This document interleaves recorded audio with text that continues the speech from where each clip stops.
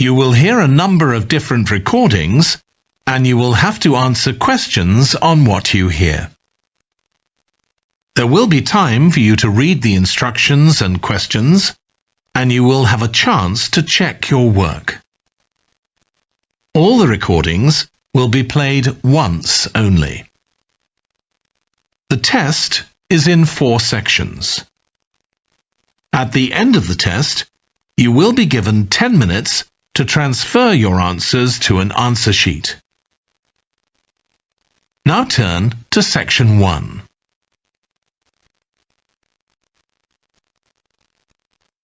Section 1. You will hear a woman phoning a hotel about holding a party there. First, you have some time to look at questions 1 to 7.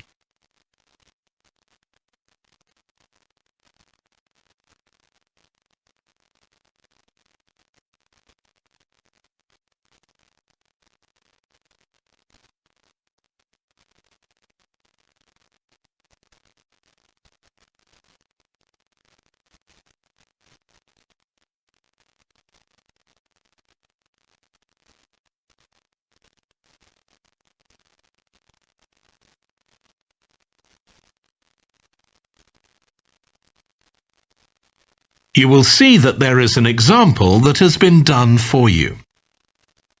On this occasion only, the conversation relating to this will be played first. Good morning, Clare House Hotel. Andrew speaking. I'm the events manager. Andrew is the events manager. So events has been written in the space. Now we shall begin. You should answer the questions as you listen, because you will not hear the recording a second time. Listen carefully and answer questions 1 to 7. Good morning, Clare House Hotel. Andrew speaking. I'm the events manager. Good morning, Andrew. My name's Samantha. I'm arranging a party for my parents' 50th wedding anniversary, and I'm ringing to ask about hiring a room sometime next September. Also, my parents and several of the guests will need accommodation. OK, I'm sure we can help you with that. Will you be having a sit-down meal or a buffet? Probably a sit-down. And do you know how many people there'll be? Around 80, I think. Well, we have 2 rooms that can hold that number. One is the Adelphi room. That can seat 85, or hold over 100 if people are standing for a buffet. Right.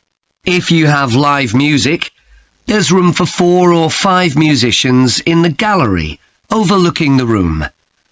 Our guests usually appreciate the fact that the music can be loud enough for dancing, but not too loud for conversation. Yes, I really don't like it when you can't talk. Exactly. Now, the Adelphi room is at the back of the hotel, and there are French windows leading out onto the terrace. This has a beautiful display of pots of roses at that time of the year. Which direction does it face? Southwest. So that side of the hotel gets the sun in the afternoon and early evening. Very nice. From the terrace, you can see the area of trees within the grounds of the hotel, or you can stroll through there to the river. That's on the far side, so it isn't visible from the hotel. OK.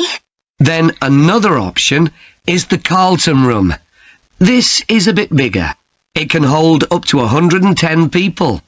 And it has the advantage of a stage, which is useful if you have any entertainment, or indeed a small band can fit onto it. And can you go outside from the room? No, the Carlton room is on the first floor, but on one side the windows look out onto the lake. Lovely. I think either of those rooms would be suitable. Can I tell you about some of the options we offer in addition? Please do. As well as a meal, you can have an MC, a master of ceremonies, who'll be with you throughout the party. What exactly is the MC's function? I suppose they make a speech during the meal, if we need one, do they? That's right. All our MCs are trained as public speakers, so they can easily get people's attention. Many guests are glad to have someone who can make themselves heard above the chatter. And they're also your support. If anything goes wrong, the MC will deal with it, so you can relax. Great. I'll need to ask you about food, but something else that's important is accommodation. You obviously have rooms in the hotel, but do you also have any other accommodation? Like cabins, for example? Yes, there are 5 in the grounds, all self-contained. They each sleep 2 to 4 people and have their own living room, bathroom and small kitchen. That sounds perfect for what we'll need. Before you hear the rest of the conversation, you have some time to look at questions 8 to 10.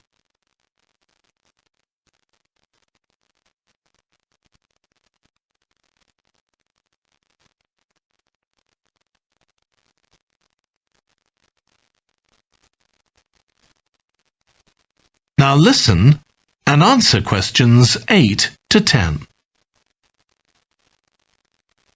Now, you have various facilities, don't you? Are they all included in the price of hiring the room?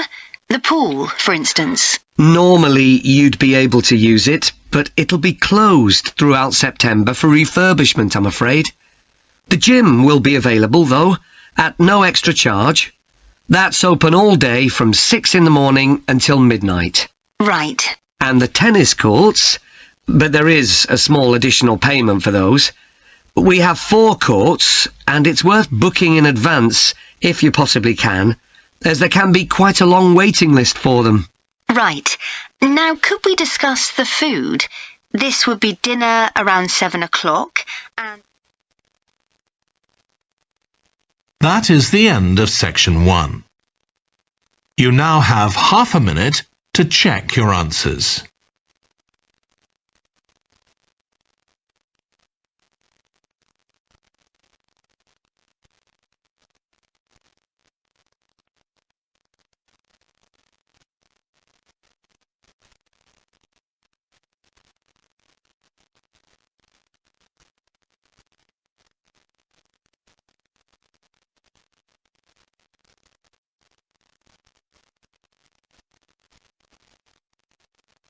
Now turn to section 2.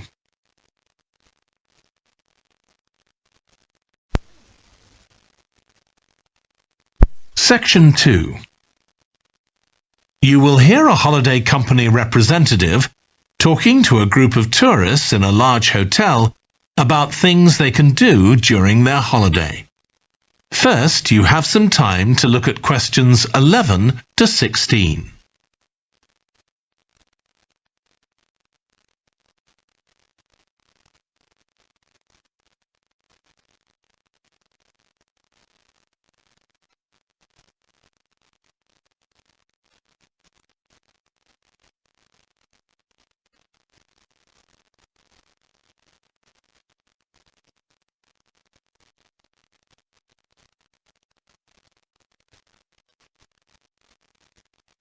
Now listen carefully and answer questions 11 to 16. Hello everyone, I'm Jake Stevens and I'm your rep here at the hotel. I'm sure you'll all have a great time here. So, let me tell you a bit about what's on offer. I'll start by telling you about some of the excursions that are available for guests. One thing you have to do while you're here is go dolphin watching. On our boat trips, we pretty well guarantee you'll see dolphins. If you don't, you can repeat the trip free of charge. We organise daily trips for just €35. Unfortunately, there aren't any places left for this afternoon's trip, but come and see me to book for later in the week. If you're energetic, I'd recommend our forest walk. It's a guided walk of about 7 kilometres. There'll be a stop halfway, and you'll be provided with a drink and sandwiches. There's some fairly steep climbs up the hills, so you need to be reasonably fit for this one, with good shoes. Oh, and bring a waterproof in case it rains. It's just €25, all-inclusive, and it's every Wednesday. Then on Thursdays, we organise a cycle trip, which will give you all the fun of biking without the effort. We'll take you and your bike up to the top of Mount Lana and leave you to bike back. It's a 700-metre drop in just 20 kilometres, so this isn't really for inexperienced cyclists, as you'll be going pretty fast. And if it's a clear day, you'll have fantastic views.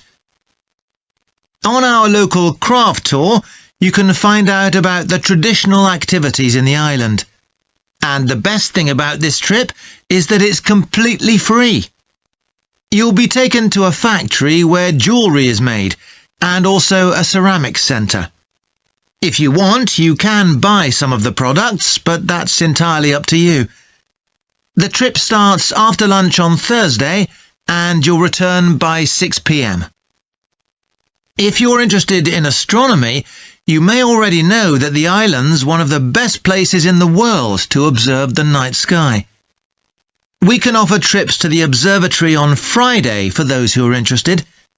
They cost €90 per person, and you'll be shown the huge telescopes and have a talk from an expert who will explain all about how they work.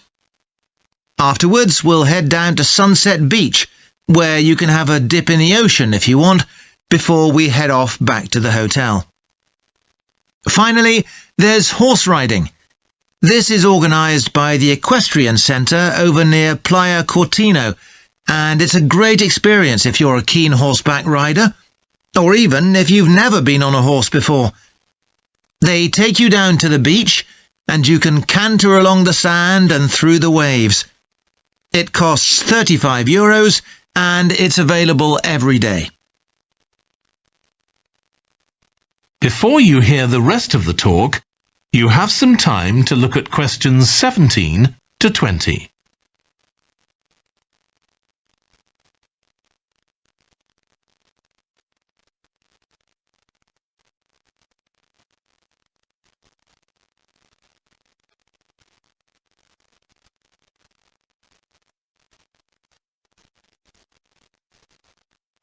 Now listen and answer questions 17 to 20. So, there's plenty to do in the daytime, but what about nightlife? Well, the number one attraction's called Musical Favourites.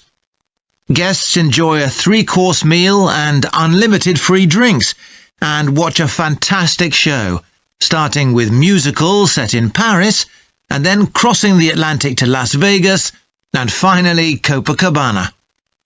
At the end, the cast members come down from the stage, still in their stunning costumes, and you'll have a chance to chat with them.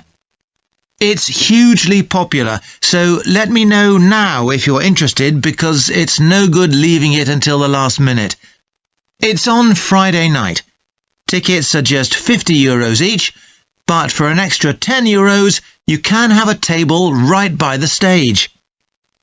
If you'd like to go back in time, there's the Castle Feast on Saturday evening. It's held in a 12th century castle, and you eat in the great courtyard, with ladies in long gowns serving your food.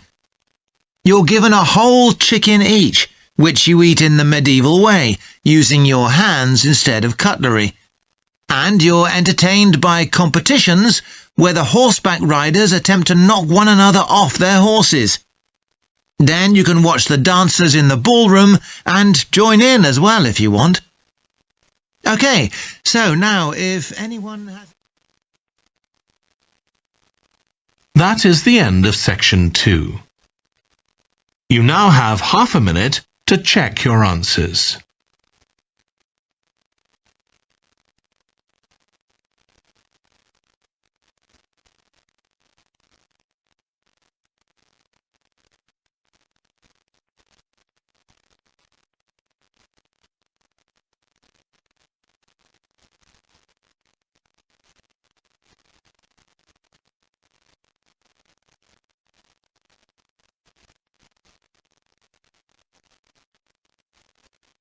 Now turn to Section 3.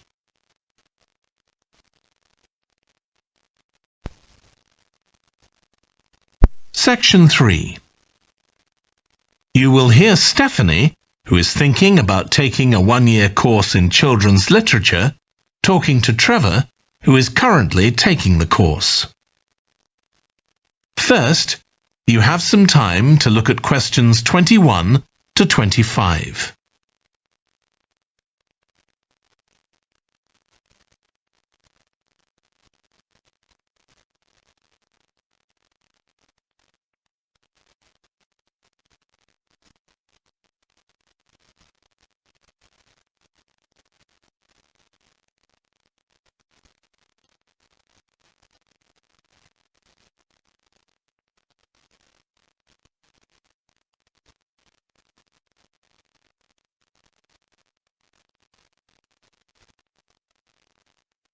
Now listen carefully and answer questions 21 to 25.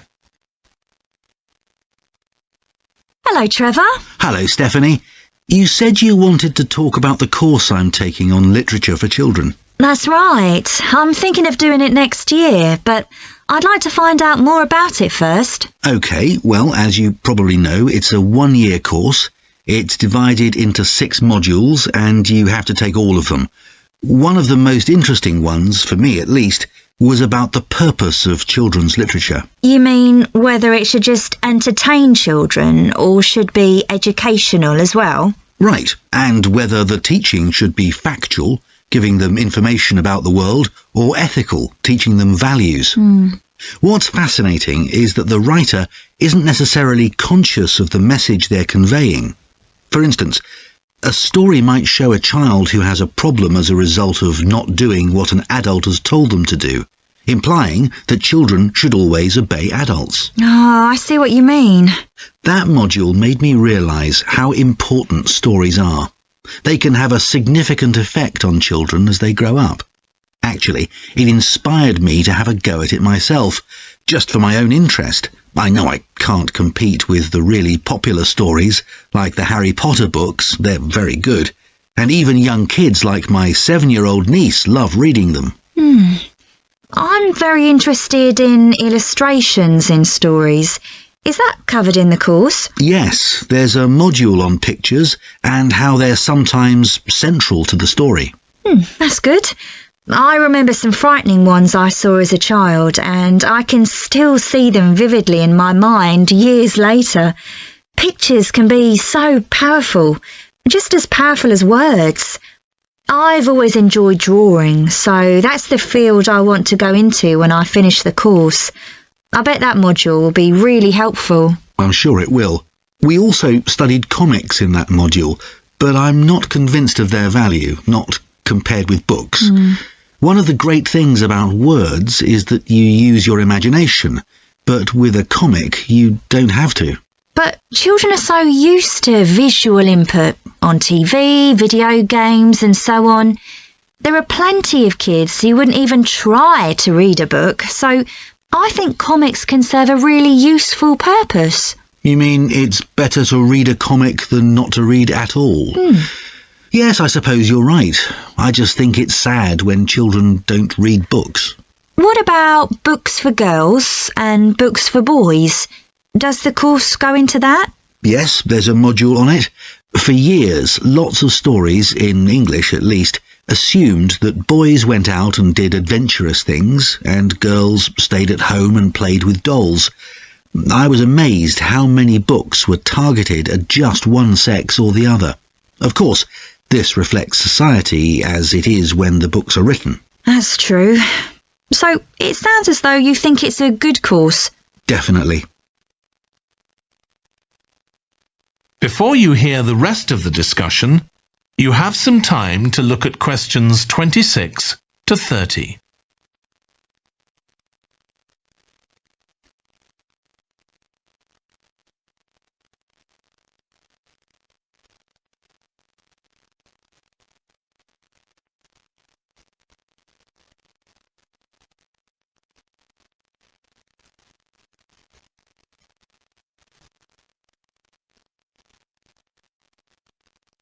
Now listen and answer questions 26 to 30.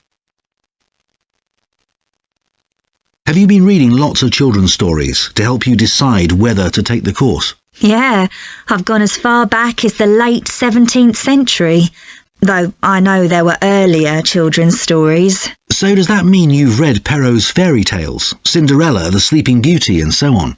Yes, they must be important because no stories of that type had been written before. These were the first. Then there's the Swiss Family Robinson. I haven't read that. The English name makes it sound as though Robinson is the family's surname, but a more accurate translation would be the Swiss Robinsons because it's about a Swiss family who are shipwrecked, like Robinson Crusoe in the novel of a century earlier. Well, I never knew that. Have you read Hoffmann's The Nutcracker and the Mouse King? Wasn't that the basis for Tchaikovsky's ballet, The Nutcracker? That's right. It has some quite bizarre elements. I hope you've read Oscar Wilde's The Happy Prince. It's probably my favourite children's story of all time. Ah, mine too. And it's so surprising because Wilde is best known for his plays, and most of them are very witty, but The Happy Prince is really moving. I struggled with Tolkien's The Lord of the Rings. 3 long books, and I gave up after 1.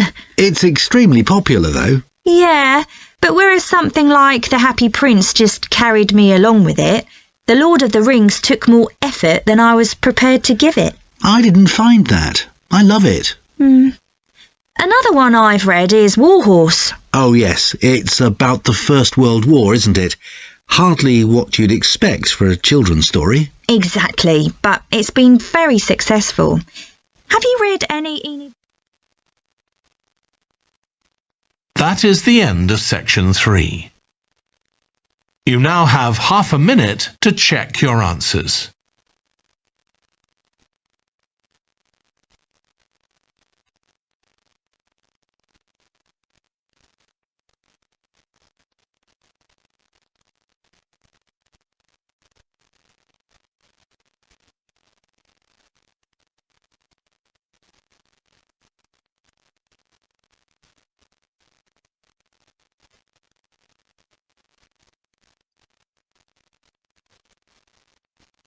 Now turn to section 4.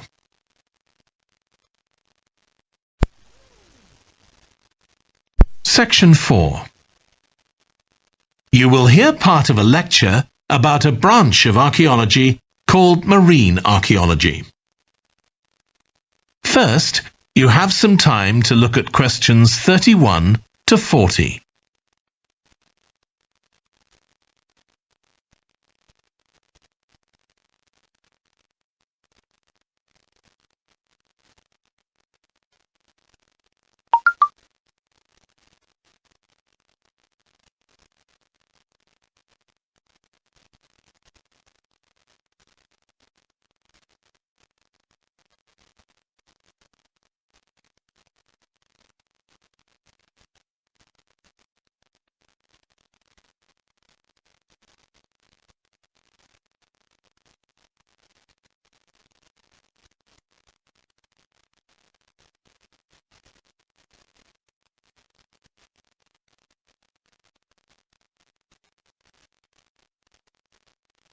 Now listen carefully and answer questions 31 to 40.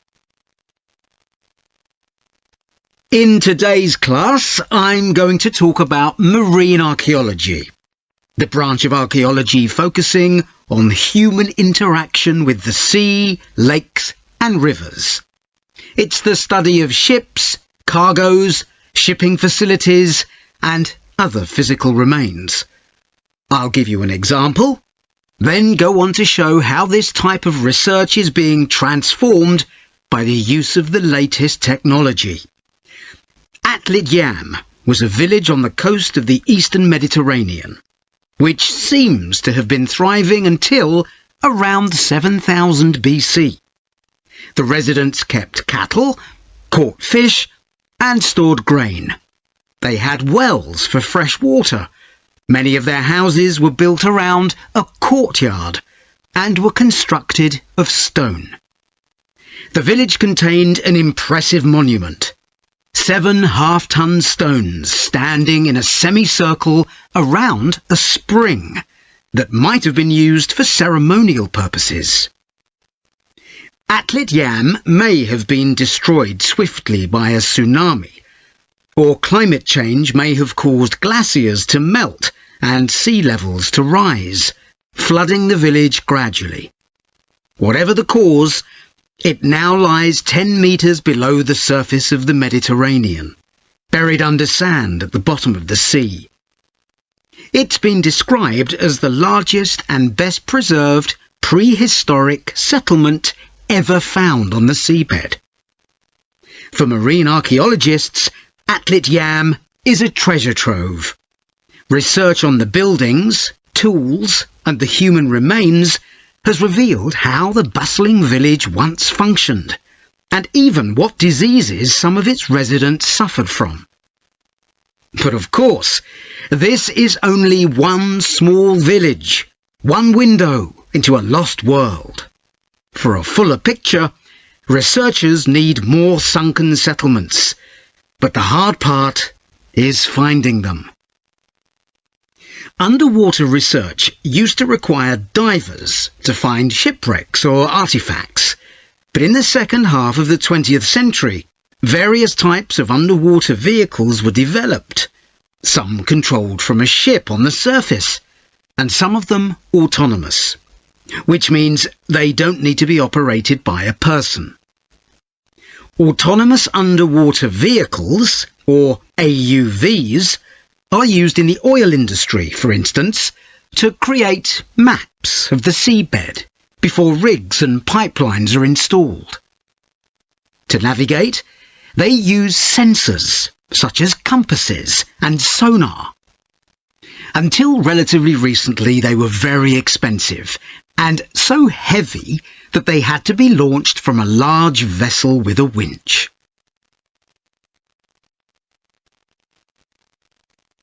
But the latest AUVs are much easier to manoeuvre.